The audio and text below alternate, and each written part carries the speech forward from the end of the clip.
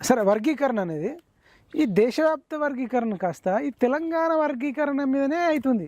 ఇప్పుడు మందకృష్ణ మాదిగా భారతదేశం అంతా కావాలంటుండు కదా, ఈ తెలంగాణ చుట్టే తిరుగుతుంది, ఏ రాష్ట్రంలో జరగట్లేదు. ఇప్పుడు చిన్న రాష్ట్రాల మందకృష్ణ మాదిగా అడ్డం పెట్టుకుని తెలంగాణలో బీజేపీ బాగా వేయడానికి ఈ తెలంగాణలో ఆడుతున్న డ్రామా వేరే రాష్ట్రంలో లేదు కదా. తెలంగాణలో మొదలైంది కాదు, ఆంధ్రప్రదేశ్ ఉన్నప్పుడు ప్రకాశం జిల్లాలో మొదలైనటువంటి మూవ్మెంట్ ఇది. ఓకే, ఫస్ట్ ఇప్పుడు నాది నేను కొట్లాడుతున్నా భయ్, నీకు కూడా సమస్య ఉన్నది, పక్కన కూడా సమస్య ఉన్నది, దాన్ని కూడా నేను స్పందించి మాట్లాడుతున్నా, కానీ నాదైతేనే మొదలు చూసుకోవాలి కదా. ఓకే, నేను దేశం అంతా కొట్లాడే శక్తి నాకు లేదు.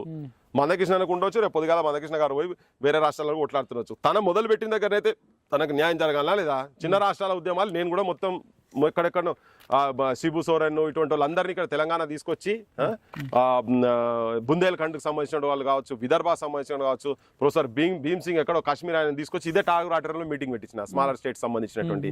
ఇట్లా తెలంగాణ మొత్తం స్మాలర్ స్టేట్స్ అన్ని పెట్టినాం.